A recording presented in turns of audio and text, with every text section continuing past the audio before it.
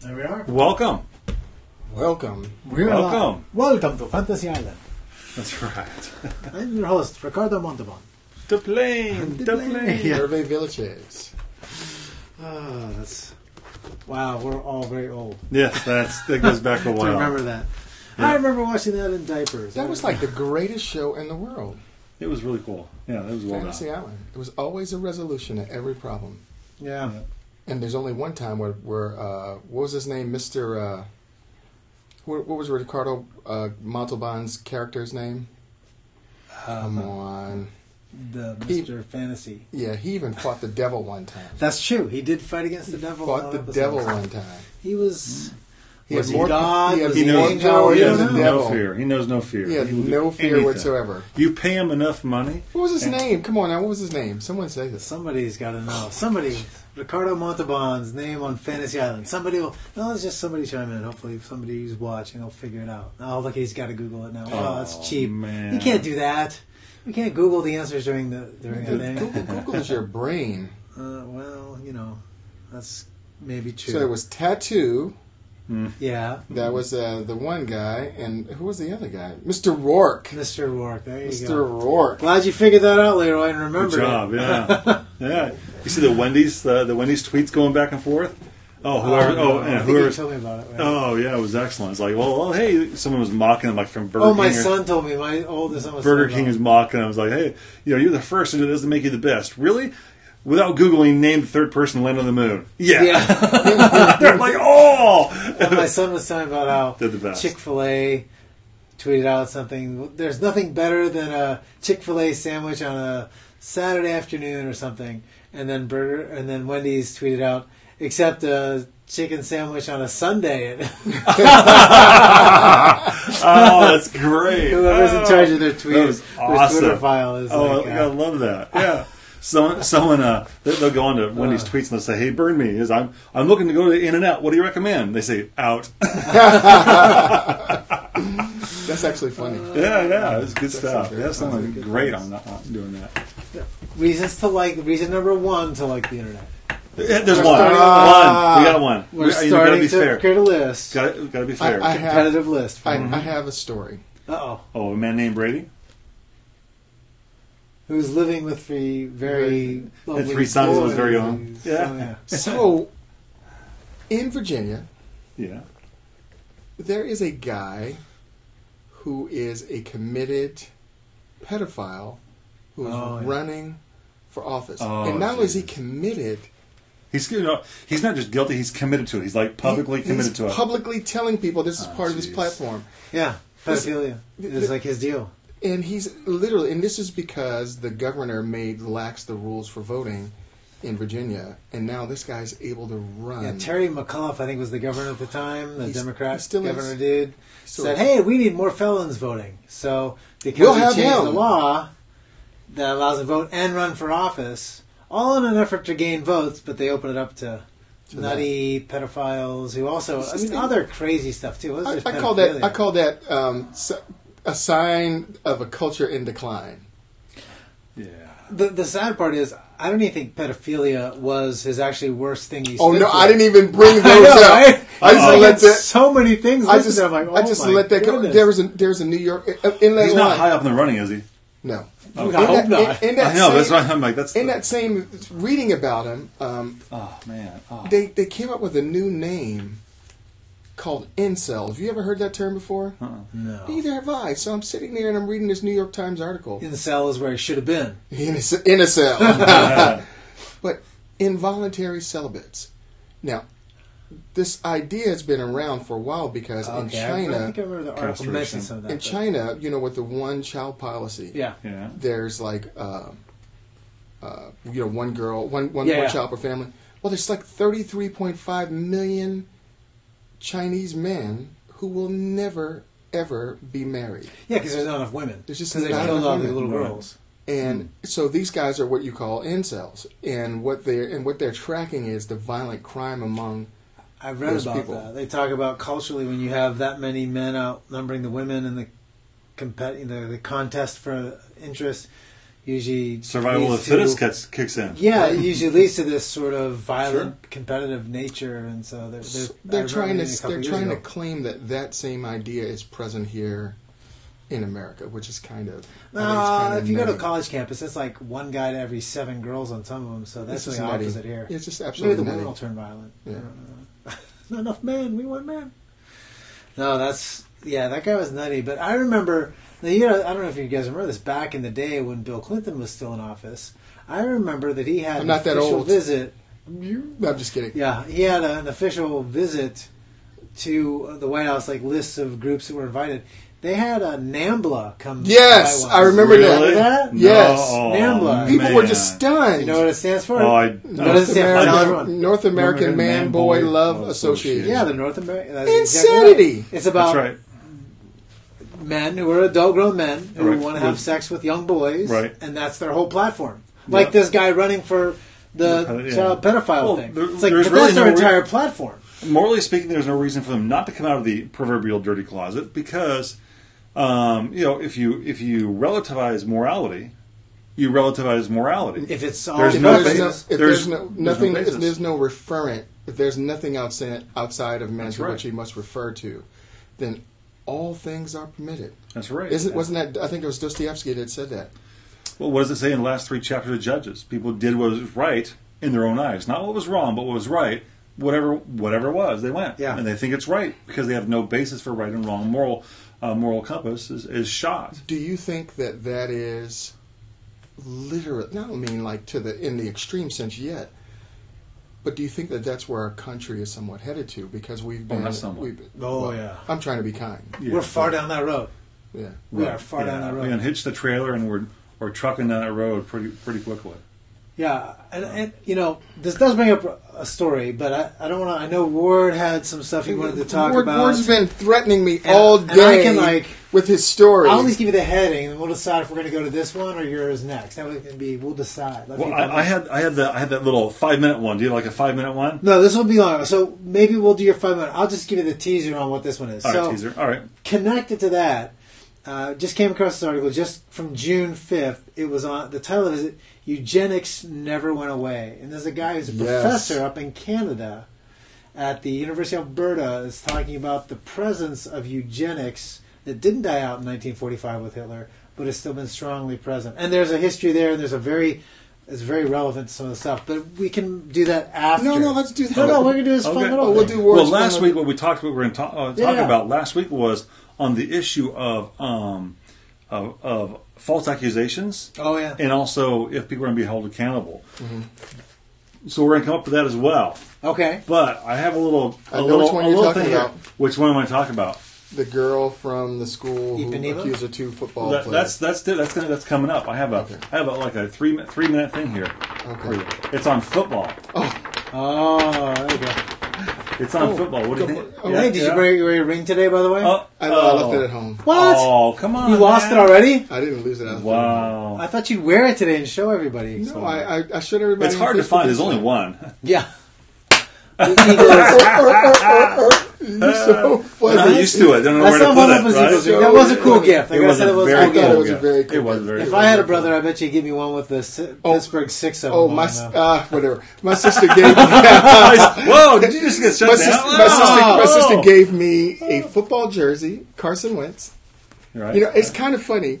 She gave me the Carson Wentz jersey, and immediately I started thinking about it. Like, should this be Foles? You know what I mean? And I was kind of like, and immediately I thought, oh, wow, this is really bad. Because if it was Carson Wentz who had won the Super Bowl, I'd have been like, Fine, yeah, right. awesome. Right. And I still love Carson Wentz over Nick Foles, and I love Nick Foles. But Nick Foles But once was I got throwing the the Carson ball. Wentz jersey, I started thinking, He didn't even play in that game. he didn't play it.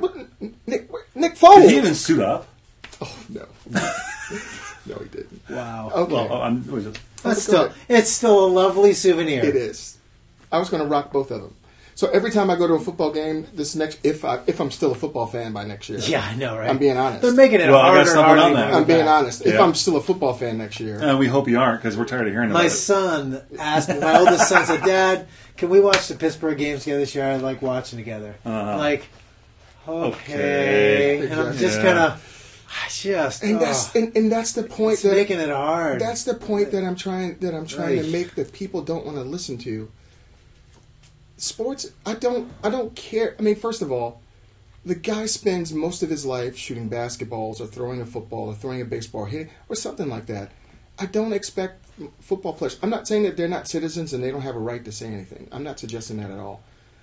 But they should temper the supposed authority with which they speak, because they are not authorities on the social aspects of our country. And for them to try to preach to us, typically from those people with the lifestyles that they lead, I don't think that is the right. These are not the right pitchmen. So, you know right. what I mean? Well, clean up your locker room. Clean up the people in your locker room that are living a debauched lives, and then come talk to me about what else is going on. Well, when you go to a restaurant, do you expect them to preach at you politics and stuff like that when you sit down? No. You're there for a service, right? If they want to do that, they can do it on their own time. But I'm not paying you to do that. We're not looking at football games for politics. I know where to find my politics. Thank you very much. Right. And for instance, I was reading ESPN the other day a little bit, and then I was like, you know what? I'm going to turn on CNN. There's less politics. Yes. I haven't watched. I know, right? I haven't watched ESPN. I'm not kidding you. In over 20 years. Yeah, I haven't watched. The last time I watched ESPN was right when. I'll give you maybe 20 years. It's when Oberman and what was the other guy's name he was with, his co-partner? I know he's back now though. Yeah, but when they left the first time was the last time I watched ESPN seriously. Well, it's hard to track because they leave, they kick him off. Then they came back many times. They kick him off. They bring him back. He's their obsessive love. He's got some sort of codependency issue with him. Yeah. Anyway, so what's my issue with football, besides the politics of it, and besides the respect or lack thereof, it dates back here a little bit. And my complaint, and I have a real problem with football. I love football. I'm a Dallas Cowboy fan. I love football. That's unfortunate. And that being the case, that's a sort of this actually epitomizes my problem, my moral issue. I have a moral problem with football. Wesley Walker. He's a great football player. He was fantastic, one of the best. Mm-hmm. And do you know what is up with him now? He played where? The Jets. Jets. Oh, he played for the Jets. He played for the Jets for 17 seasons or something like that. He's a great football player. And he was one of the best ever to play at his position there. I think was his wide position? Kicker or something? Wide receiver. Close. He was a receiver with the Jets. One of the most electrifying in the history. Okay. He was. So 13 seasons, 4 of which were cut short by injury. His numbers were outstanding. He averaged an incredible 19 yards per catch. Mm-hmm. Oh, that's just phenomenal. Okay, and that was back when they played rougher and tougher. Okay, and so he's like an 80s, 90s guy. Yeah. Oh, okay. Yeah. So that being the fact, the issue shows you here. how much Joe likes football. No, I just paid attention to the teams that were winning. There's no Jets fans here, so I don't care. I don't care. Jets fans, well, come on, at least hit me they up, aren't anymore. complain about it. I don't care. But he said he wished he would have cut his career short because of health issues. He cannot. He doesn't remember. Like he lived in a home since the 78 or so, 77, and he takes wrong turns going home. He can't remember, and he doesn't have dementia from this. He has other problems from it, and he can barely walk. He can barely move. He said he was asked flat out, "Is it worth it?" No. Was your career and the fame and the fortune worth it? And he says, hands down, it was not worth it. But technically, if he can't remember that, he can't answer that question. Well, now hold on. That's funny, but the morality of the issue, right? The morality of the issue, and that's it. They didn't have. I have a moral problem, because these guys are literally sacrificing their lives, right, for the entertainment. It's kind of like gladiators. But I would they say, just don't die in the arena. But I would say, but they're giving their lives out there. That same. But see, I'm going to reject that in this one one aspect. Most men in America, not most, but a large portion of men in America, work dangerous jobs, and they don't get paid the exorbitant dollars to play a sport, but they get paid dollars to freeze to death, or cut off a hand. And some very dangerous jobs, and what people are doing is they're making a trade-off.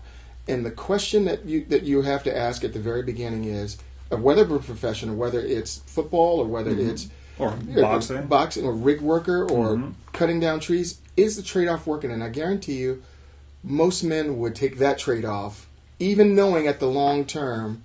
And I'm not suggesting that it's morally right. I'm not trying to make a moral equivalency in this sense. I'm just trying to say that just because this football player is having problems at the end of his life, it's a consequence of the job that he does and that he's chosen to do freely, in the same way that the same men who go off to work in these absolutely terrible environments make the coal mining.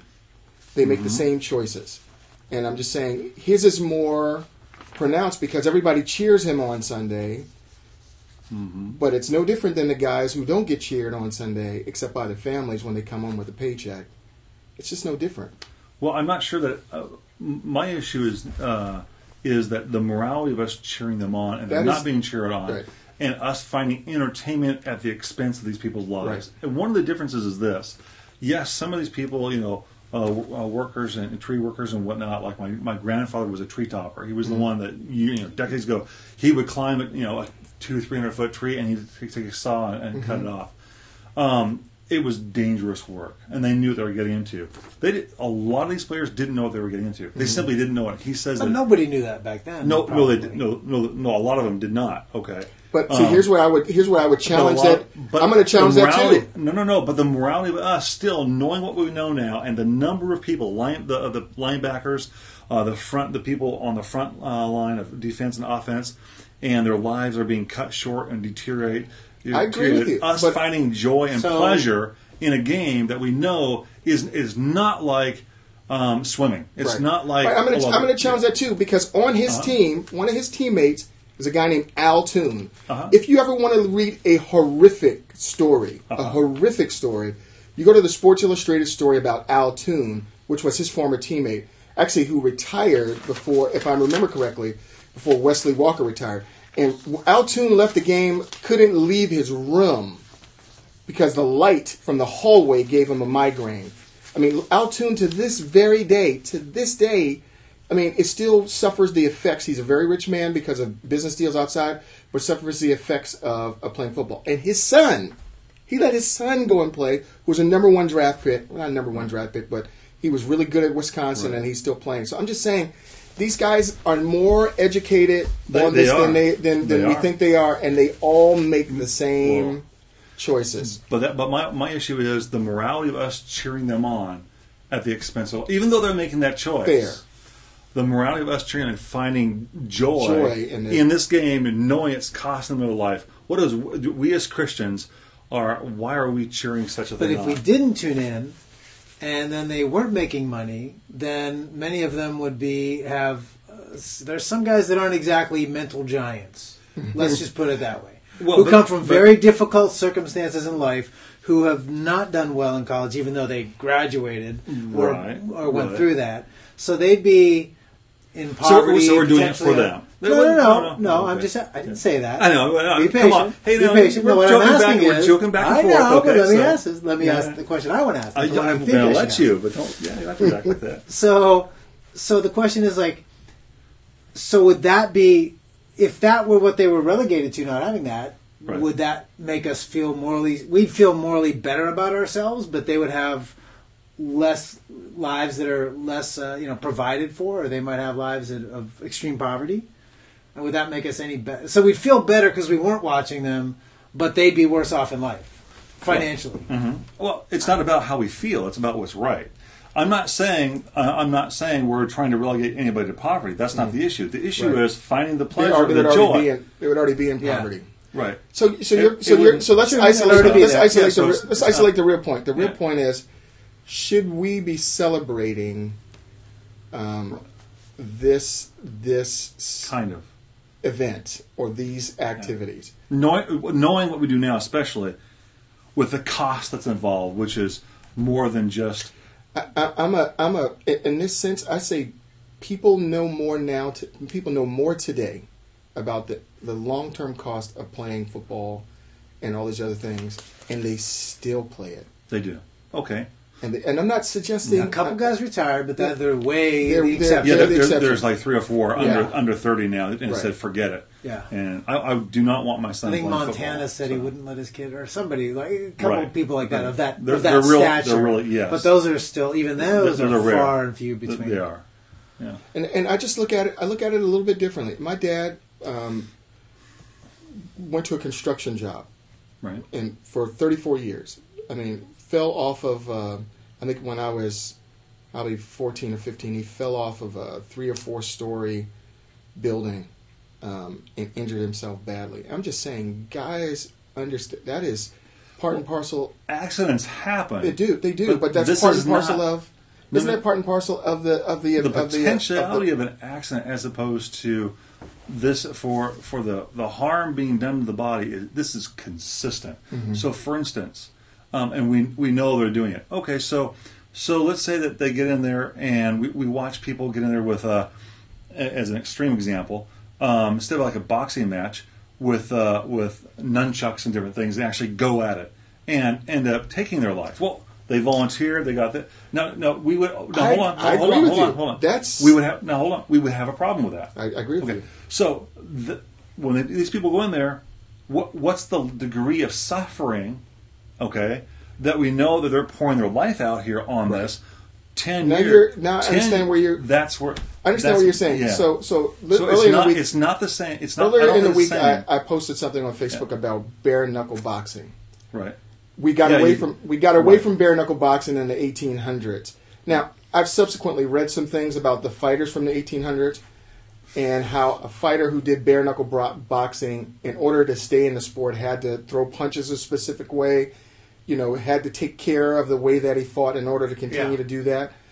So I didn't know that ahead of time. So yeah, there's some. So there was some safety protocol, minimal. Well, here's what you do it to yourself, because the thing is, the reality is when you put on gloves and you wrap your hands, you can punch a guy in the face and in the head as many times a lot of times, because you don't usually tend to bust your hand, although guys still do. Right. When you don't have the protection, you can't punch a guy in the head like that, because you'll bust your hand before you bust his head. Prime example. Sure. This is a great segue. That's a whole different thing.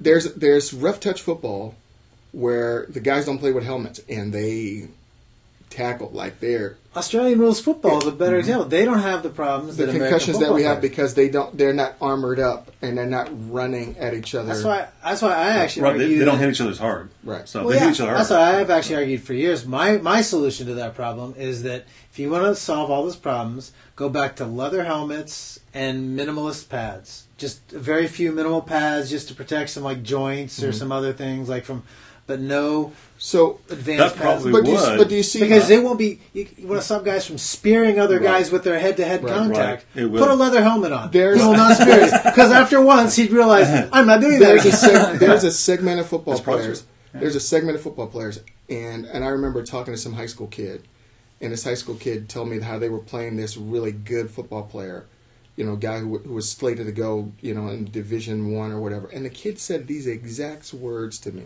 He said, "Yeah, we waited. We snatched his ACL out." In other words, they deliberately tried to injure this kid, and they did. And I thought back to it. I coached a number of high school games and junior and JV games. I would have kicked the kid off of my team if he even talked about trying to injure another kid in that way. Yeah. But that's a mentality that's why that's I pulled out there. my kid out of football 7 years ago. That's a mentality that's present in the game. Yeah, he was super athletic. I mean, my boy, the first year he played was it was tackle, but it was a pretty broad weight range and stuff. And he worked his way up from different positions. Finally, by the middle of the season, he ended up being the quarterback because everyone else was afraid to do it because our line was terrible. And these are just little kids that are 10, 11 years old, or whatever. And then so he.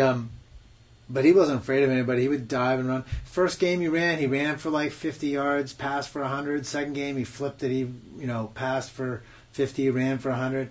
But this last game that they were in, this other team knew he was the only decent person scoring, and he ran across the end zone. He was in the end zone, had the ball up. Some kid came and speared him, helmet right into his helmet. Tried to knock him out of the game. because he was the only reason they wouldn't win. It was like 11-year-olds. I was like, you're done. That's the end of football for you. Yeah. I mean, it's one thing to get injured. It's another thing to have teams at that age not care about. So ultimately, accidents happen, even in sports, as opposed to laying your life out. So even in other sports, accidents can happen. So I don't think appealing to accidents that happen from time to time, and that can happen, is the same thing for football. Football, these guys.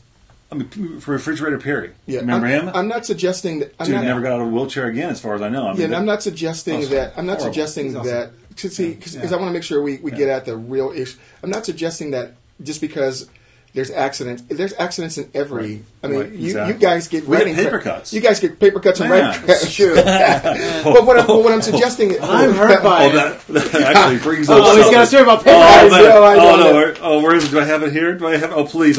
But what? The dangers of pastoring. I don't. Is it a Babylon Bee thing? No. Literally, the dangers of pastoring in Ethiopia, this pastor started. The guy who got eaten by the crocodiles. Got eaten by a crocodile. He started baptizing people in the river. And all of a sudden, he's literally eaten by a crocodile. Got eaten by a crocodile. So pastoring is dangerous. Don't even.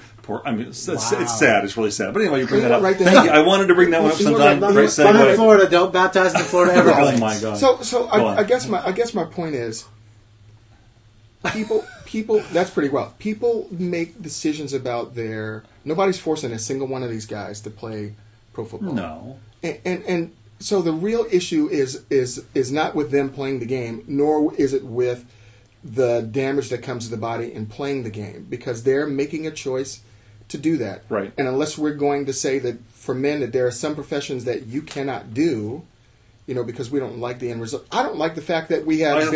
We can't outlaw. Right. I don't like the fact that we have bare knuckle boxing coming. I think that says something about our culture. Right. I don't like the fact that I think UFC. I mean, people love it. I just think it's another blood sport. That's just my opinion. I know these guys get all into the tactics. No, it's another blood sport. Give me some boxing glove and let two guys box it out. Right. I'm okay with that. But some people are their tolerance for that stuff goes farther than me. My point is, men will make decisions long term. My concern is the morality of entertainment for Christians. And that's a better question. I would say this. I think the question isn't the problem really then with football. It's the way it's played to maximize profits for those people in charge. Because, the fact that a lot of these guys are putting on 60, 70, 80 pounds of weight that is not healthy for their knees or their bodies, but they have to because that's the only way to, you consider compete. I remember back in the 70s, I watched some of the, revivals, Pittsburgh Steelers and these guys that are the linemen in the 70s. 200 pounds. And then, they're showing these guys, and I'm thinking, that was a lineman? You look at the pictures of these people from the 70s, and you're thinking, dude, that wouldn't even qualify as like a tight end these days. Mm-hmm. They're so tiny, but they're just normal-sized people. But the problem is, NFL has had this strategy of bigger and better, bigger, stronger. Because guys are greater athletes. But they go beyond athleticism to just fly. The science has gotten better, the dietary kind of things, the way they can put on so much muscle.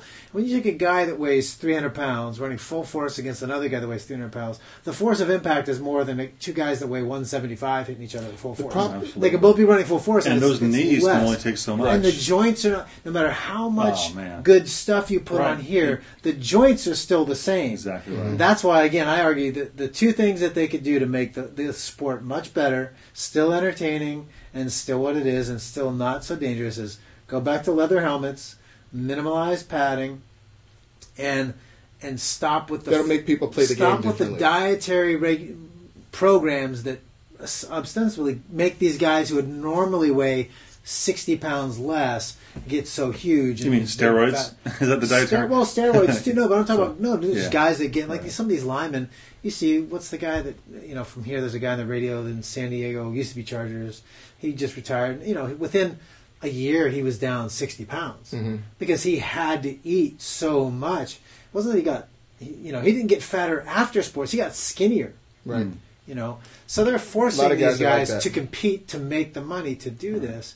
And they choose to, not being forced like, I'll break my arm. They want to make the money. Right. But still, I think that's part of that. The immorality you're talking about is that it's built into the system. And I think if you rectify those, some of that moral problem would go away, because then I it would think be you're right. fewer. Yeah. I think you're right. You wouldn't have the CTE issues. And you just have guys who will literally run through a brick wall.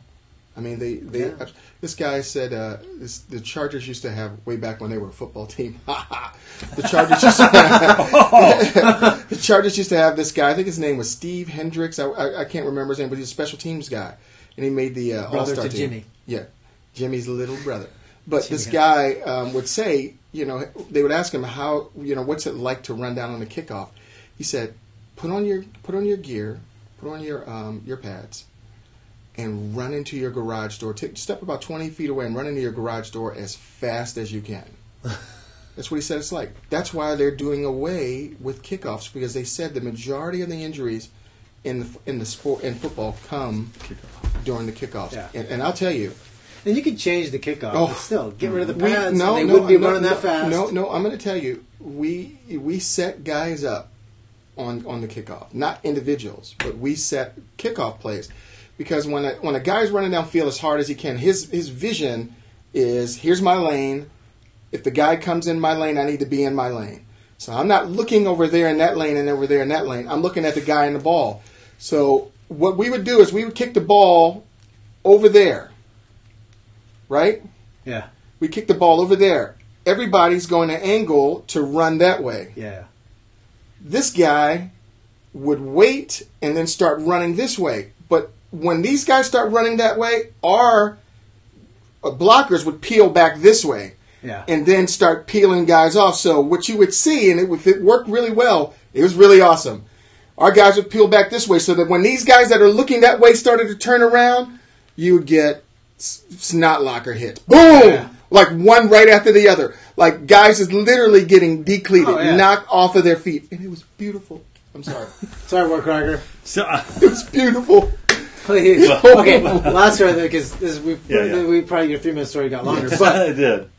Penn State had a kicker a few years back. Oh. He was like probably 99. He was like 260 pounds, I think. He was the punter. He's the punter. Oh, wow. The punter. And he was so big, but his legs. And so guys would be coming out running. You know, you think, I'll get to the kicker. Yeah, the punter. Easy guy. Yeah. So these guys would be running, and the kicker, and he decleated guys poof, you see him go flying. Guys are 90. Their bodies are parallel to the ground. Wow.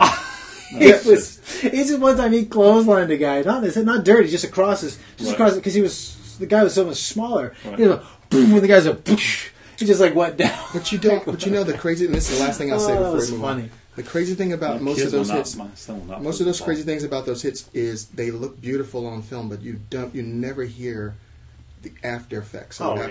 This Penn State player, Michael Robinson, hit a kid from Minnesota one year. It was a signature play that year. And he was running down the sideline, and Michael Robinson, the quarterback was probably about 235, 245 pounds.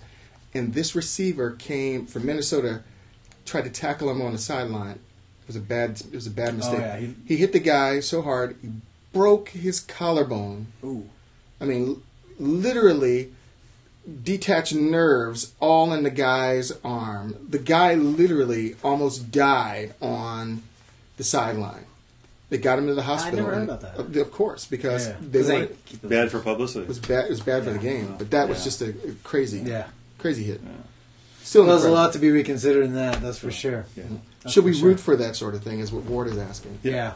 I have a moral problem with us finding joy in these guys laying their lives down out there. It bothers me. So, and this is one reason why I backed off football so much. That's the main reason, actually.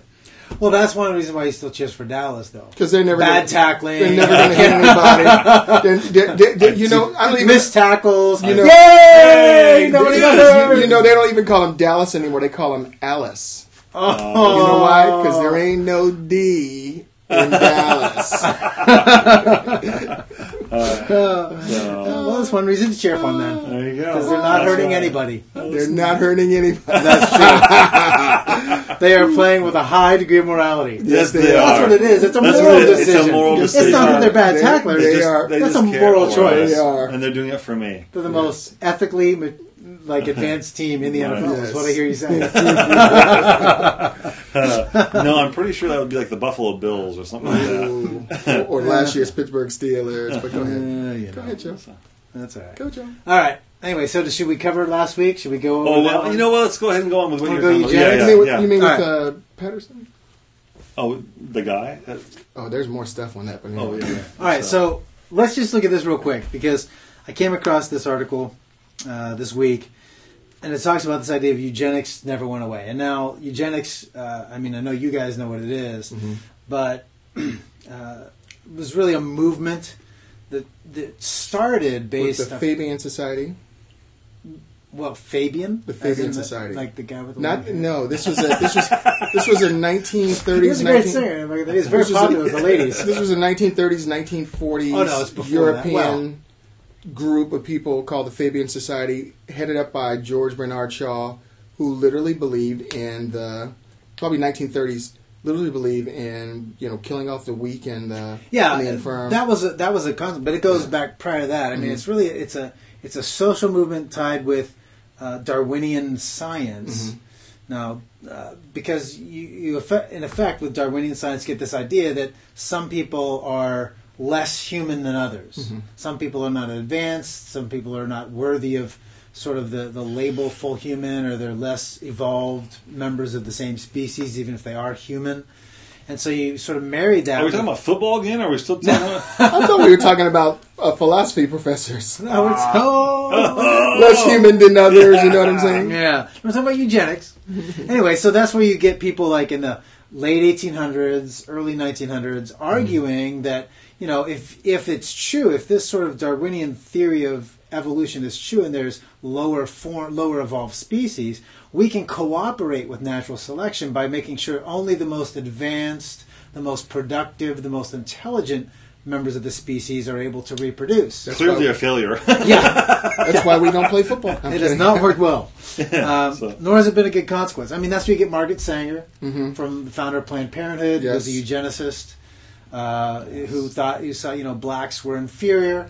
Would that be the one where they have them in the zoo? Is that part of it? There was a part of it, so that's right. You had very common in Darwinian science of the day was that you made these distinctions between lower forms and higher forms based on phenotype, distinctive external characteristics, the high brow, the jawbone and stuff. Oh, all these are lower species. Well, it looks what in truth was they were favoring Eurocentric. European white features were considered the more advanced features. So when they'd find these fossils that were, didn't have European features, they said clearly they're an inferior species. And so that's where you get people that took Aborigines from Australia, and there were some that were featured in the Bronx Zoo. And there's an exhibit I showed you the picture this week of a woman who was holding a chimpanzee as part of the exhibit. Right. She was just from a pygmy tribe. I think she was in Africa though, but and so she was holding this chimpanzee as part of the exhibit of a a less than fully advanced human, and this missing link between humans and apes. And so so that was definitely a big part of the eugenicists thought, well, how do we do that? Margaret Sanger thought, of course, since black people had these inferior features, they should be wiped out. So the idea that you get these abortion centers in communities where those people live, then they self-select themselves out. You convince them, in other words, that you need to make your life better, you need to abort your babies. But the idea is you get them to agree. That was sort of the consensual eugenics, but a lot of it was forced sterilization. And that's where this guy is a professor in Alberta, Canada. And, this idea that he's talking about, the idea that it died out in 1945 when the Nazis were done away with. Because that's essentially what Nazi system was get rid of the imperfect, the non-white European. That's where that idea came from. Hitler didn't invent that idea of racist against non-whites. He applied it and did a very effective job applying it. Yeah. But the moral structure was laid out long ago with Darwin and his acolytes and the philosophers that extended that science into their thinking. But this is interesting. I didn't know this. Alberta practiced legal eugenic sterilization Over to Canada. Yeah, in Canada they passed the Sexual Sterilization Act in 1928, and it wasn't repealed until 1972. Oh my! And this guy said when he came on, Professor, the guy that was the provost of the university, John McCarrican, I guess how you say it. He was the head of this commission, a 4-person commission that approved all these sterilizations. So the doctors would find patients. The patients would be the patients weren't even aware of it some of the times because they were teenagers, kids, children, whatever. And this 4-panel board would approve, yes, sterilize these people. He said of the 3,000 that he approved of in his tenure there, more than half were after, and were towards this last few decades, not like pre-Hitler. They were very much later, towards the end of the 70s, when they stopped it. So he goes on to describe all of these circumstances and cases. Here's a couple that I thought were interesting. It says Glenn George Sinclair, born in 1944, was institutionalized at Provincial Training School in Alberta shortly after his seventh birthday. 7 years old. His file indicated that he was a half-breed. Metis person with one indigenous Aboriginal parent. So they were saying, look, you have an Aboriginal parent and a white parent, so you're an inferior species. So it wasn't even based on psychological things. The person didn't necessarily have not issues. necessarily. Wow, it was very racial in the sense for a lot of it. Oh yeah, because again, if you buy the Darwinian evolutionary theory, that those that have non-European features are inferior human beings, then you got to get rid of them. What else can you do? That sets the moral compass. It's the Samaritans of the group. Yeah, they did. They believed that they were doing those people a favor. Right. They were doing society a favor. The needs of the society mandated that you eliminate these people from the breeding stock. What's fascinating is, and I mean fascinating, is this is the natural outworking of a worldview that discounts God or the image of God, people being made in the image of God. In it just totally discards it, and I think that's the worldview that's present in most of our government officials today. I don't understand. I mean, that article is absolutely fascinating, but I don't understand why people get up in arms when not Christians, but non-Christians get up in arms when they read about things like that, because this is the natural outworking. That's what they haven't made the connection idea. for. Yeah. That's the key is that people have got to understand these are not isolated. This gives a case here in Scandinavia, in their eugenics past, they sterilized people, and the classification that they frequently use, a phrase found in all of their documentation, was as these people are incapable of intelligent parenthood. Wow. So they'd make some assessment like, they couldn't intelligently parent. That one actually is a little bit disconcerting because that's such a nebulous What does it mean? The whole world intelligent, what does that mean? Yeah. Who judges that? Well, and if you get the state, look at actually what happens within the United States now. Recognize again the philosophical, secular, non-God worldview that says, we buy into we're not like Nazis now. We don't do about race. But how many times does the state come in and say, well, Christians, you can't raise your kids because you're going to indoctrinate them or you're going to teach them to hate this group. And so you can't intelligently parent. You can't tell your kids you can't keep your kids out of our sexual education segment of the school year because you don't make the right decision. We, the state, know what's the right decision for parenting. So again, no one's proposed, as far as I know, sterilizing people who have the wrong viewpoints. But this kind of mentality in history says that we're on that edge as long as we don't have God in the picture. If God is not defining the worldview. And here's the thing. I tell my friends, listen to what people say. Take them seriously. People today are saying that speech is violence. That's what they're saying. They're saying that some portions of speech are violence. In other words, to hear ideas contrary to what I believe or agree with, you're committing violence against me. Yeah. And they immediately make the next jump that the only response to violence is more violence. Yes. And people who are at that stage in the way that they think, it is not too far. It's not a small leap it's not even it's not even an inferential leap. It's a logical. The next logical step is that people who hold ideas contrary to our ideas need to be eliminated. Right. That's not an exaggeration. That's not hype. It's not. It's just the next step. I don't have it here. I watched a video, sort of, they go to the college campuses, and they asked all these millennial age kind of 20-somethings. I guess that's still millennial. I'm not even sure any these days. But they said, would you marry somebody who was a Trump supporter or an MS-13 gang member? All right. We were back on. We just noticed that. Yeah. Streaming stopped So somewhere we're there. back. Right during Ward was making this fabulous point that probably didn't get recorded. It was probably the finest point I've ever heard him make. I mean, think about it. I mean, I'm Do you still even think- stunned. Do you even think you could rephrase I'm it that still way again? stunned by I was hoping by I could his get the erudition. transcript later and read it because it was so well said. Probably, it's gone. No, it's gone. I mean, you know what? Yeah, It's one of those things where Wow. either there or you're not. Right. Yeah. So That's tragic because that That's was brilliant. How long ago did we? Do you think we've been off the air here?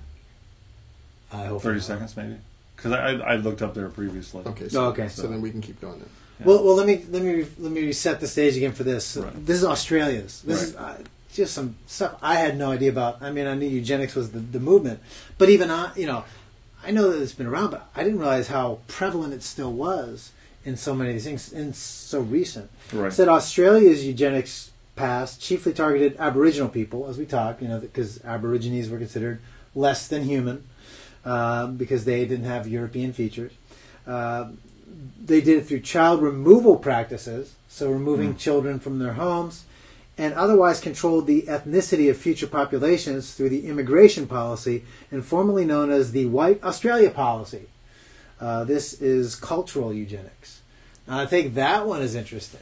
That is. The idea of controlling your population through immigration. Now, I know that's what Trump gets accused of when he talks about illegal immigrants, because I think a lot of people do like the idea of controlling immigration because they have a whites-only mentality. I don't think that's Trump's mentality necessarily, but I do think those people would gravitate towards him as opposed to the open border. They would accuse him of it. Yeah, no, but I mean the people that would be white supremacists would prefer Trump's policy over the open borders people. Oh, sure.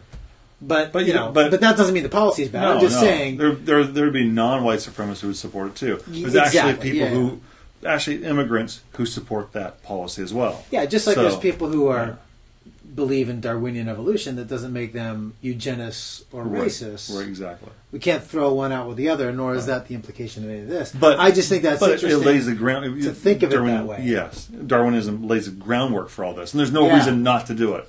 No moral reason. Yes, exactly. Yeah. They said this during the summer of 2013 here in California.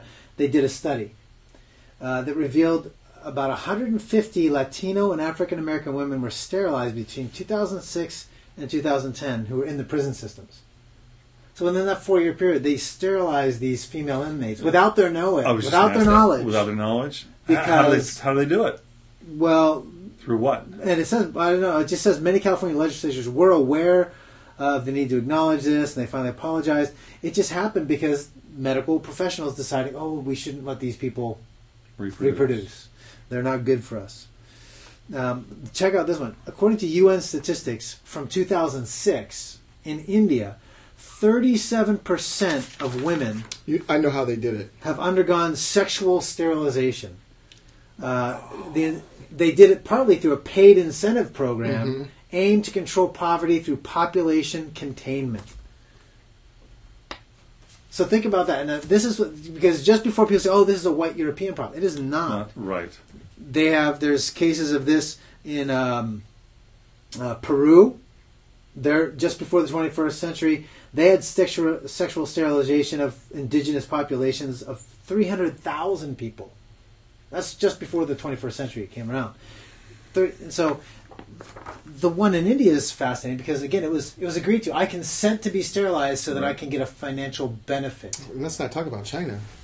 Yeah, and their one-child policy. Yeah, their one-child policy is so you've got Asians, you've got Indonesia. Has that changed recently, though? It's changed recently. Yeah, but it's changed. They But have they have. adjusted it. Yeah, my son Yeah. told me they heard about that at school. I said, well, just because they changed it to not restricted, doesn't 1.5 mean that they're any children. less. Right. They said you can have 1.5 children now. Yeah, it's not any better for those people there. But I find that fascinating because when you look at that scope of what falls within the eugenics category from this professor dude in Alberta, Canada, it's not about necessarily even a racially exclusive thing, but more so it's not just forcing people to do it. I think the incentive programs to get that, you look at abortion today, and that's the argument many pro-life people look at, is look, just because these clinics, which are predominantly in minority communities, if you look at where Planned Parenthood, and they've done maps of this stuff, where they're positioned in low-income minority communities, which, Margaret Sanger wanted to target those people to get them out of the population business. They didn't want them having kids. And those people do it freely. It's going to be inconvenient for me. It's my financial incentive. She even conscripted famous pastors like Martin Luther King. That was her strategy. Get the black pastors to buy into this, as she went to KK rallies and promoted her ideas, which she did. Get the black pastors to buy into my idea, and then they'll do the promotion for me. Mm-hmm. Yeah. So my thinking when I hear stories like this, I like to, if there's stuff popular in the news that people are already thinking about, I like to tie these stories as best as I can, particularly when there's a logical correlation between the two. So, in the movie Avengers: Infinity War, and I'm not going to give any spoilers. In the movie Is Avengers, this the Thanos one? The Thanos one. Okay. Thanos is Margaret Sanger on steroids. I've seen you post that. He's Planned Parenthood on steroids. He's these eugenicists on steroids. I mean, he is the ultimate autocrat, technocrat who wants to plan your life or the end of your life. Yeah. Or plan your future or the end of your future because he's arrogated himself that right to do it. And people left that movie, I know, horrified that this guy snapped his fingers and killed a third of the universe, and then just went and sat down and chilled.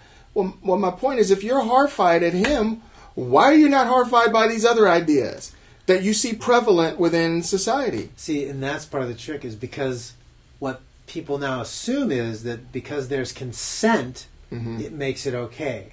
The women getting these abortions have consented to the abortion, therefore it's okay. Oh, that's like playing football because they consented to playing football. Yeah. We really tied it all together. There you go. See.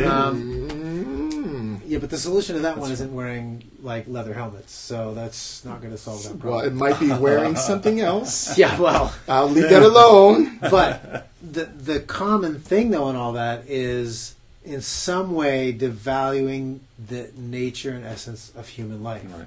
There's some way, whether it's the Darwinian idea. It's always somebody else's life. But anyway, go ahead. Yeah, exactly. Conveniently, isn't it? Yeah. So somehow they're never included in that group. Listen. I'm going to have to take a gratuitous shot at a certain political party whose emblem is a donkey. They love this stuff. For those that don't follow politics, that's the Democrats. I mean, they love this eugenics stuff. They love planning people's future. They love promoting or the ending their ending. Sure. They love promoting these ideas that cause people to kill other people. I mean, they make their money. I mean, it's a game. And they're anti-war all the time. Yeah, it's a game. They want Planned Parenthoods in the neighborhoods, right? In the minority neighborhoods. Girls go into the Planned Parenthoods and have abortions. The Planned Parenthood people make the money from these abortions and then fill the political coffers of the Democrats, who make sure and run blocking, like linemen, so that their money can never be touched and they can stay in business, so that you're not cutting off their revenue stream. So ultimately, and I'm sorry to be so blunt. I mean, here I'm just being honest. This is a rigged game to make sure that these people stay in political power. It is the raw pursuit of power, and it's using people as a means to an end. I mean, it is. That actually is a good tie into Ward's point earlier. And here's my sense. This is interesting. You'll like this. This is good. Hopefully, we won't cut out again. Let me rephrase Ward's point from earlier, and it's brilliance. Now, It's brilliant. We should laugh. Hold on. Ha ha ha ha ha. Go ahead. okay. No, there is a common theme between those two things. The way you just said that and what Ward was talking about earlier, and that is, the things that we're willing to justify for the sake of power or entertainment or value, the amount of dehumanization that we are willing to put up with. And yes, there's degrees. So I don't think it's the same abortion, the same as CTE or guys that play football. Those aren't morally necessarily equivalent.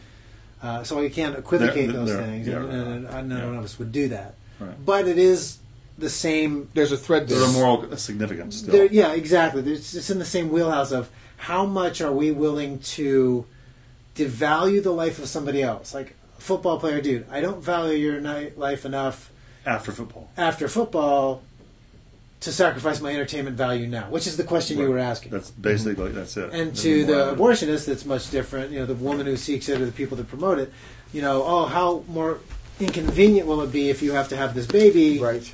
And how much better will your life be if you just have this abortion and end the life of the baby? And as you end the life of your baby, it's all in the same. As you end the life of the baby, we're going to not only get the money that you pay us, but we're going to take those baby parts and we're going to sell them to other people who will make more money and make more money off of them. That is sick. It is. That is what's going on today in America, Yeah. and that's what the Democrats are running blocker for. Yeah. It's about money and it's about power. It really is. And the question is, what do people do to pursue it? Yeah. I mean, what will we allow? I mean, for, like you asked, for our entertainment sake. I mean, to what extent will we go to allow the human body to be debased in order to derive pleasure? Whether that's pleasure that comes from being able to make decisions because I don't have children, or I cross my children out, or my baby out. There's a pleasure, or there's a so-called benefit that comes from making that decision. Watching people beat themselves to a bloody mess, every week, in sporting events, not caring what the long-term ramifications of these events may be, and the further defacing of the human body. I mean, that's our our entertainment. Yeah.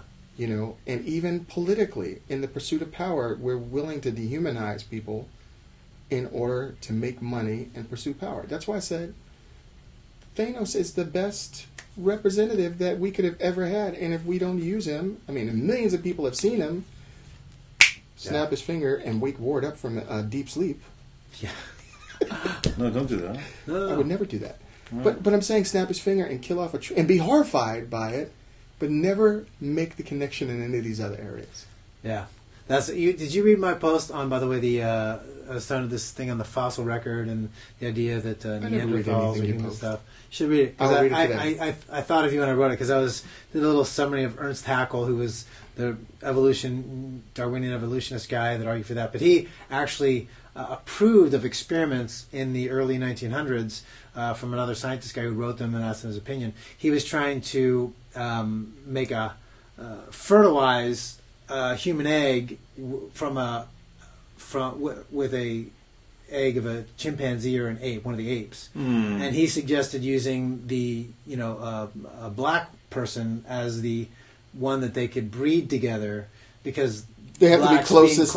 Blacks being closer to the evolutionary scale of the ape would probably be able to fertilize that. And so Ernst Haeckel, the hero of many evolutionists, quoted often fondly for his brilliance and erudite defense of evolutionary principles, approved of this experiment. But again, it's that dehumanization thing. And but anyway, I said there's a part I was writing. I said Ernst Haeckel. I said channeling his inner Thanos. So, Exactly. So I mentioned that in the thing. I thought of you when I wrote that. I think he's the perfect foil today. Everybody's familiar with him. Everybody knows what he wants. And the problem, I talked to some young people, the problem that they had with him is that he was so rational. I mean, he had goals. He had a plan. You talking about Thanos now? Thanos. Just checking. Thanos I was like, so rational. I was like, young people today know how. I mean, yeah. No, they don't. He was so rational. I mean, he had thought. Well, that's what makes Lex Luthor so nasty. So nasty, exactly. Is because he's not emotional about it. He's thoughtful about it. Right. So so horrible. And it reminds me of what C.S. Lewis said. C.S. Lewis said, and we'll close on this. C.S. Lewis said that a baby can only do so much damage because it doesn't possess the ability to do more than what a general baby can do. And an average teenager can only do so much damage because it doesn't possess the ability more than what an average teenager could do. He said an intelligent man can do significantly more damage because he possesses the intelligence to do more damage than those other previous beings. And he said, how much more than a super intelligent, supernatural being, how much more damage can such a person like that do?